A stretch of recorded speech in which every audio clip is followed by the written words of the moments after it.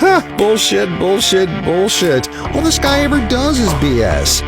Anyway, it's time for another edition of BSing with Big Nate.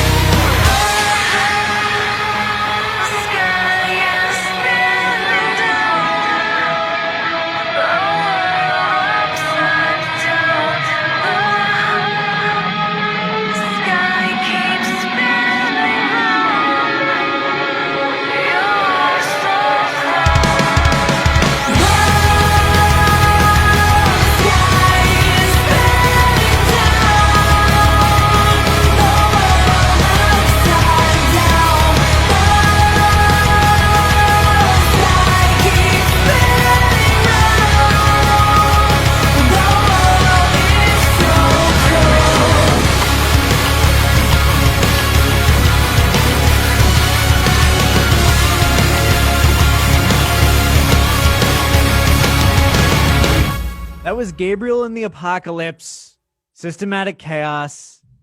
We'll get the background on the whole story with the track, because that's what we do here on BS with Big Nate. This is the Halloween edition, and I am joined today by Lindy Gabriel of Gabriel. How are you? Thanks for having me. I am pretty damn fantastic. Excited to be chatting with you. So that track, let me go back a little bit before we get into that track. My introduction to you guys was actually the Beds Are Burning cover.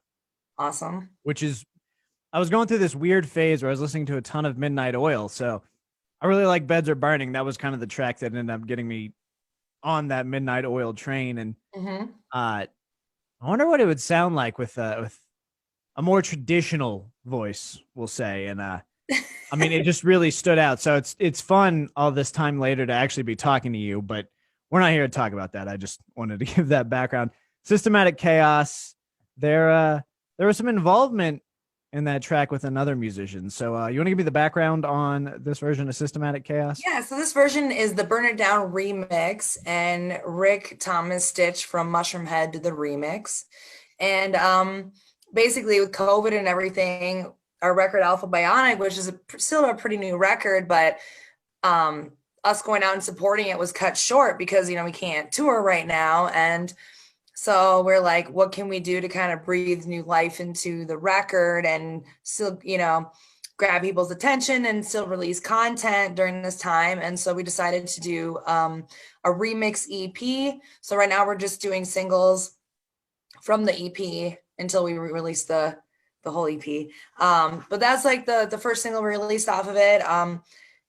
We've been friends with Rick for a long time, and we asked him if he would be interested in doing a remix, and he was like, yeah. And we were like, pick any song off of Alpha Bionic, and that's the song that he chose. And then he sent it back, and we just loved it. We love the old school kind of industrial vibe, kind of has like a strip club, industrial goth kind of club mix to it. So we absolutely love it.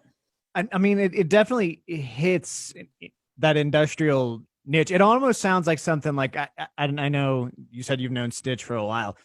If you listen to Ventana's latest album, like it sounds like it could just be dropped anywhere in there, and it's definitely that feel, that vibe. And I'm a big fan of what he's done with the track.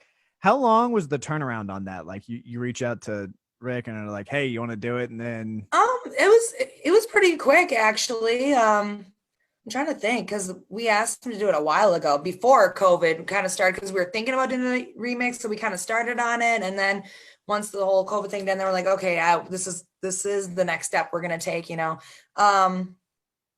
but no, he worked really fast, and we were like, hell yeah, this is awesome, and I think actually, yeah, at our meet and greets on the last tour, we started showing our meet and greets like, hey, this is what we're going to release, you get to hear it first. So, but yeah, we knew that was going to probably be the first, remix single. We also have Sin from Ministry did a remix on Beds Are Burning for it. And we're releasing an acoustic version of Bleed Me an Ocean on November 13th. So it's just a cool way to release content. And I know people are dying for new music from bands. So you've kind of got a little bit of everything. You've got like the industrial side, but then you've also got an acoustic version. I mean, I would be dying to talk to you again when you guys are ready to release that track and talk about that. But for sure, yeah. I want to talk about the approach to the sound and Gabriel and the Apocalypse as an entity. So we'll start with kind of the background on the band. How did you guys form? How did you get together? How'd you start? We've actually been a band for a really long time. But we kind of feel like we really found our niche and our sound in 2011 with the New World Disaster release. And that's when we started touring. And so we'll just say 2011, but we were a band before that. I mean, our keyboard player, he's been with us for like probably 10 years, our drummer, guitar player, about 5 years. So we have a really like this bond and this connection, and we're all really good friends. We love to just hang out and tour together. And I feel really fortunate that we all found one another, and we get along so well, and we're able to, create this sound and this vibe that is Gabriel and the Apocalypse. Yeah. I mean, it's a very uniquely used sound. It's very obvious where the influencers are coming from. Something I want to ask, because it's something that I experienced kind of going through high school and stuff. I was getting more into industrial music and like a lot of the wax track stuff out of like the 80s and 90s. And nobody knew what it was. It wasn't really accessible. I went to school. Granted, our graduating high school class was like 90 people, but it was all just country, just pop country. It was awful. Okay. So I want to ask how the sound formed, how you guys found that. I mean, I know you guys are probably in a little bit of a bigger town, but as far as I can tell, there's no real way to teach that. So right. I mean, it took us a while to really find our sound. I mean, if you listen to our old recordings from like 2002, it is a bit different. It did take a lot of time and just trying different sounds and working with different producers and, we would release things, and then it's like after we were done with it, I'm like, oh, it just doesn't feel like us. I don't feel like we're there yet. And that's why I feel with New World Disaster, that's when it's like, okay, this is our sound. This is where I feel comfortable at. That's when I first worked with Wally J, and I think he helped me so much developing vocally and with harmonies and layers. And he picked out my flaws, and he's like, we're gonna change that. You're gonna stop doing that, And it was just, I learned so much working with him. And so I've since have been working with him, and I'm very open to try new ideas. I just feel comfortable, singing around him. And so, I mean, that was definitely a huge turning point in our sound, but we like to, keep growing and evolving. So every time we are writing a record, it's like, what can we do different? How can we push ourselves? Let's be open. And we're not in a box. We're like really not scared to try other things. So right now, the remix project is kind of taking center focus, and that's going back and revisiting some stuff. Is there new material that you guys are also working on?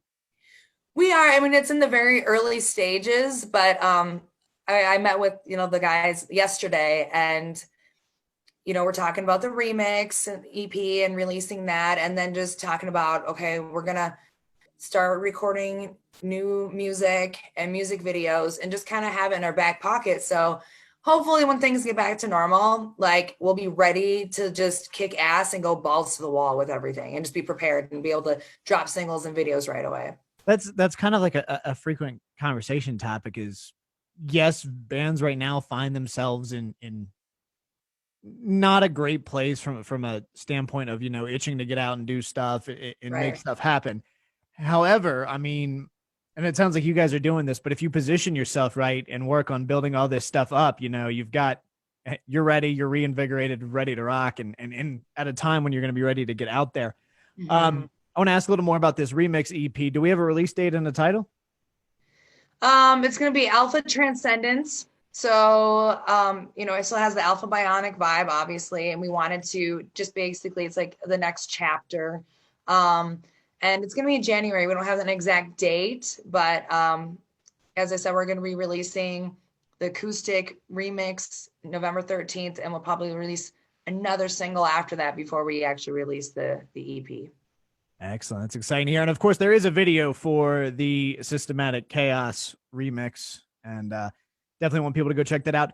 This is important. Probably the whole reason you're doing this, and the whole reason I'm doing this. Where can they find Gabriel and the Apocalypse online?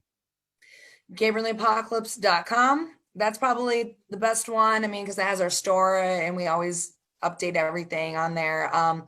Otherwise, our Facebook and Instagram, I run those, and I'm pretty much on there all the time, posting stuff and keeping everyone in the loop of what's going on. And I want to talk about the website for a second. A lot of bands, I'll find that they neglect their website, and then it's like, I'll know that they've put something else out, but the website's just sitting there not acknowledging it. You guys actually, like, do we update it? I hope. Yeah, like there are posts. So okay, good. Jake updates the website. He does that. I do like our online merch store, and then Facebook, Instagram, Twitter. I'm bad at that. I'm so bad at posting on Twitter. Twitter's I can't do it because first of all, Twitter's like one of those things where it's, kind of up to date and instantaneous. So for me, it's like, well, how important is what I really want to post, and are people actually going to see it? So like, I'm notoriously bad at Twitter. Facebook's the easiest for me, but it seems like we're moving towards Instagram. But I've been chatting with Lindy of Gabriel and the Apocalypse. Thank you so very much for joining me, and hope to talk to you again closer to that November 13th date, if you are so inclined. Would love to. Absolutely. Excellent. Thank you. Have a great Halloween. Yeah, you too.